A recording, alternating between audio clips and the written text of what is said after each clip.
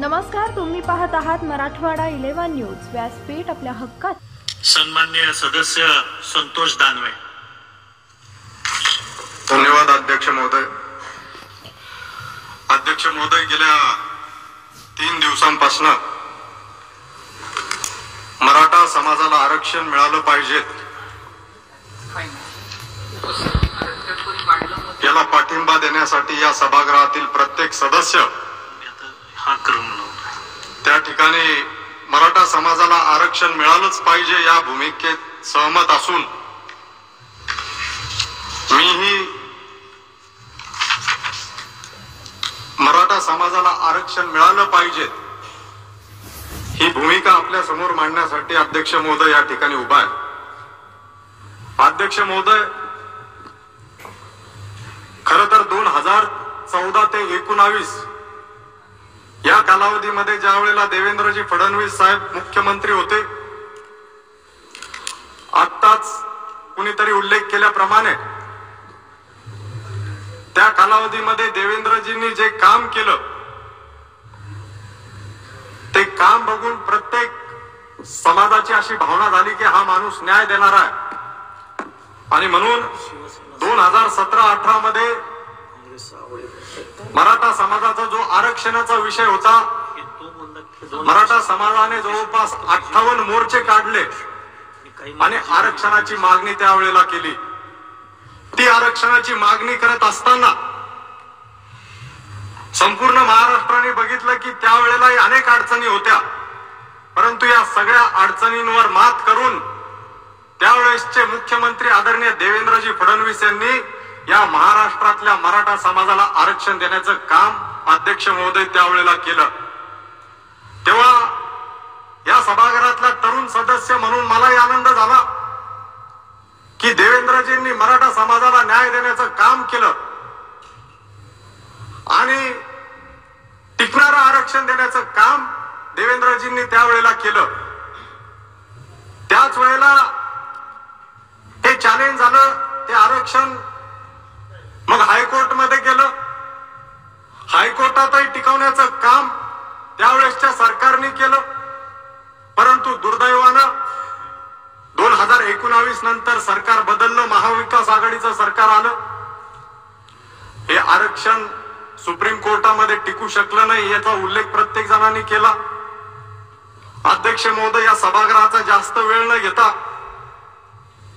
आपण जरा बघितलं तर 2017-18चं जे मराठा समाजाचं आंदोलन होतं, मोर्चे होते, याचं केंद्रबिंदू छत्रपती संभाजीनगर होतं.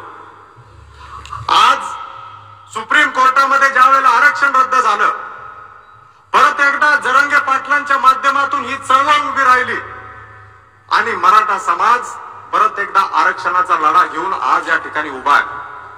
जरंगे पाटलांच्या नेतृत्वामध्ये ज्या वेळेला ही आरक्षणाची मागणी होतीये, अध्यक्ष महोदय, आज याचा केंद्रबिंदू हा जालना जिल्हा आहे. मी त्याच जिल्ह्यातून भोकरदन मतदारसंघ, माझ्यापूर्वी अनेक सदस्यांनी या ठिकाणी मराठवाड्याच्या बाबतीतली परिस्थिती आपल्या समोर मांडलेली आहे की मराठवाड्यातील जो मराठा समाज आहे, मोठ्या प्रमाणावर हा मराठा समाज हा शेतीवर अवलंबून असलेला समाज आहे. आणि असं असताना कधी ओला दुष्काळ आहे, कधी कोरडा दुष्काळ आहे, सिंचनाची व्यवस्था पाहिजे त्या तुलनेमध्ये मराठवाड्यात नाहीये. अशा अनेक समस्या या मराठवाड्यामध्ये असताना आताच योगेशजी कदम यांनी सांगितलं की सर्वात जास्त आत्महत्या जर कुठं होत असतील तर त्या मराठवाड्यात होतात आणि हे आपल्याला मान्य करावं लागेल. आणि म्हणून शेती पिकत नाही, शेतीमध्ये तोटा येतो, अशा अनेक अडचणी असताना आई वडील कर्ज काढून म्हणाव किंवा शेतीमध्ये काम करून आपल्या मुलाबाळांना शिकवण्याचा प्रयत्न त्या ठिकाणी करतात. पण शेवटी मुलगा कितीही होतकरू असला, मुलगी कितीही होतकरू असली आणि कर्तृत्ववान असले तरी चांगले गुण मिळूनही विद्यार्थी त्या ठिकाणी स्पर्धेतून बाद होतात. आणि म्हणून निश्चितपणे त्यांच्या मनामध्ये कुठेतरी निराशेची भावना अध्यक्ष महोदय त्या ठिकाणी निर्माण होते. आणि त्यासाठी म्हणून आज जर आपण बघितलं तर विदर्भ, उत्तर महाराष्ट्र, पश्चिम महाराष्ट्र किंवा कोकण या परिसरामध्ये मोठ्या प्रमाणामध्ये समाजाकडे त्या ठिकाणी कुणबी प्रमाणपत्र आहेत, पण यामध्ये मोठ्या प्रमाणावर जरा कुठला विभाग वंचित असेल तर तो मराठवाडा आहे अध्यक्ष महोदय. आणि त्यासाठी म्हणून समाजाने आता परत एकदा या ठिकाणी हा आरक्षणाचा लढा त्या ठिकाणी हाती घेतलेला आहे अध्यक्ष महोदय. निश्चितपणे यामध्ये काही प्रमाणामध्ये राजकारणही चालू आहे. खरं तर मला समजत नाही की देवेंद्र फडणवीस सारखे जे मुख्यमंत्री आहेत, ज्यांनी जीवाची परिकाष्ठा करत प्रत्येकाने उल्लेख केल्याप्रमाणे समाजाला, मराठा समाजाला आरक्षण देण्याचं काम त्यावेळेला केलं, परंतु कुठंतरी विशिष्ट समाजाचा हा माणूस आहे असं टार्गेट करण्याचं काम मागच्या काळामध्ये काही लोकांनी देवेंद्रजींवर केलं. तसं जरा असतं आणि जातीचं जरा राजकारण त्यांनी केलं असतं तर आज ब्राह्मण समाजाची मागणी आहे, जालना जिल्ह्यातच त्यांचं उपोषण त्या ठिकाणी चालू आहे. त्यांची मागणी आहे की परशुराम महामंडळ त्या ठिकाणी स्थापन झालं पाहिजेत. जातीचं राजकारण केलं असतं तर पहिला निर्णय त्यांचा केला असता, परंतु जातीपातीच्या विळख्यात न अडकता त्यांनी समाजाला न्याय देण्याचं काम आजपर्यंत केलेलं आहे. आणि म्हणून मला निश्चितपणे विश्वास आहे, आदरणीय मुख्यमंत्री एकनाथजी शिंदे साहेब असतील, आमचे दोन्ही देवेंद्रजी आणि अजितदादा असतील, दोन्ही उपमुख्यमंत्री असतील, हे निश्चितपणे समाजाला भविष्यामध्ये येणाऱ्या काळामध्ये न्याय देणार आहे आणि मराठा समाजाला आरक्षण मिळवून देण्याचं काम या ठिकाणी आपलं सरकार त्या ठिकाणी करणार आहे. आणि म्हणून बांधवांनो, आज खरं तर काही सदस्य समोरचे आता बाहेर 3 दिवसांपासून या राज्यातला मराठा समाज बघतोय की 288 पैकी कोणता असा सदस्य आहे की जो आपल्या या मराठा आरक्षणाला विरोध करतोय. तो आपल्याकडे लक्ष देऊ नये. प्रत्येक जण म्हणतो की मराठा आरक्षण मिळालं पाहिजेत, मग ते विरोधी असेल, सत्ताधारी असेल, प्रत्येकाची भावना आहे. पण हे होत असताना कुठंतरी राजकारणाचा सुद्धा वास त्या ठिकाणी या सभागृहामध्ये येताना आम्हाला दिसतोय. काय मागास आयोगाच्या समितीच्या काही सदस्यांनी त्या ठिकाणी राजीनामे दिले, मग काही लोकांना आणि काही नेत्यांना याच्यामध्ये गुदगुल्या व्हायला लागल्या की चला आता राजीनामा दिला, आता कुठतरी पांगलंय, सरकार ती टाइमलाईन पाळू शकणार नाही, आता सरकारच्या हातातून आरक्षण जाणार आहे. तुम्हाला याच्यामध्ये आनंद व्यक्त करण्याचं कुठलंही कारण नाही. आज तुम्ही पाठिंबा देताय, आम्ही त्या ठिकाणी पाठिंबा देतोय, मुख्यमंत्री उपमुख्यमंत्री त्याच्यावर काम करतात, तज्ञांची समिती त्याच्यावर बसलेली आहे. असं असताना हे आयोगाच्या कोणी सदस्यांनी राजीनामा दिला, त्याच्यावर बरे फटाके नाही फोडले या लोकांनी, काही नेत्यांनी. त्यामुळं वातावरण गढूळ करण्याचं काम कुणी करू नये हे त्या ठिकाणी लक्षात घेतलं पाहिजे. अध्यक्ष महोदय, ज्या जालना जिल्ह्यामधनं हे उपोषण सुरू झालं, ज्या ठिकाणी याची दाहकता जास्त आहे, या परिसरामध्ये आज विरोधी पक्षनेते त्या ठिकाणी बोलले की समाजामध्ये तेढ निर्माण करण्याचं काम त्या ठिकाणी कुणीतरी करतंय. कोण करतंय?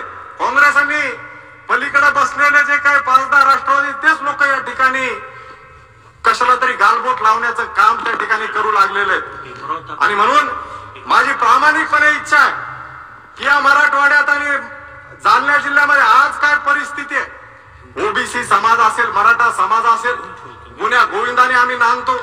बाजूला विदर्भ आहे, विदर्भाच्या मुली आमच्या घरामध्ये लेकी बाळी सून होऊन आल्यात, आमच्या मुली त्यांच्याकडं विदर्भामध्ये लग्न करून गेल्यात. असं असताना त्या ठिकाणी काही लोकांनी समाजकंटकांचं नाव घेतात, परंतु याच्यामध्ये काही नेते, या नेत्यांनी समाजामध्ये द्वेष पसरवण्याचं काम अध्यक्ष महोदय त्या ठिकाणी हाती घेतलेलं आहे. आणि अशा प्रकारे आज निश्चितपणे आरक्षण हे मिळणारच, याच्यामध्ये कुठल्याही प्रकारची शंका नाही, मला विश्वास आहे.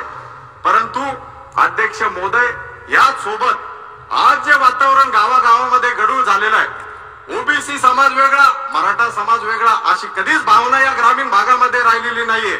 आणि त्यासाठी म्हणून हे समाज उद्या गुन्हा गोविंदाने त्यांच्या गावागावामध्ये नांदले पाहिजे, यासाठी प्रयत्न अध्यक्ष महाराज करण्याची गरज आहे. संत महंतांचा हा महाराष्ट्र आहे आणि त्यासाठी म्हणून आरक्षण मिळेल. परंतु आज या गावागावांमध्ये संत महंतांच्या माध्यमातून समाज प्रबोधनाचे कार्यक्रम सुद्धा त्या ठिकाणी हाती घेणं गरजेचे आहे, जेणेकरून समाजामध्ये दरी निर्माण होणार नाही अध्यक्ष महोदय. आणि त्यासाठी म्हणून मी जास्त वेळ न घेता या मराठा आरक्षणाच्या लढ्याला निश्चितपणे यश येईल असा विश्वास आज या मराठवाड्यासह महाराष्ट्रातील आमच्या मराठा बांधवांना त्या ठिकाणी देऊ इच्छितो। निश्चितपणे आपल्या या लढ्याला मुख्यमंत्री यश देतील, उपमुख्यमंत्र्यांच्याही माध्यमातून, देवेंद्रजी आणि अजितदादांच्याही माध्यमातून निश्चितपणे मराठा समाजाला आरक्षण मिळेल, यामध्ये कुठल्याही प्रकारची शंका आमच्या मनामध्ये नाहीये।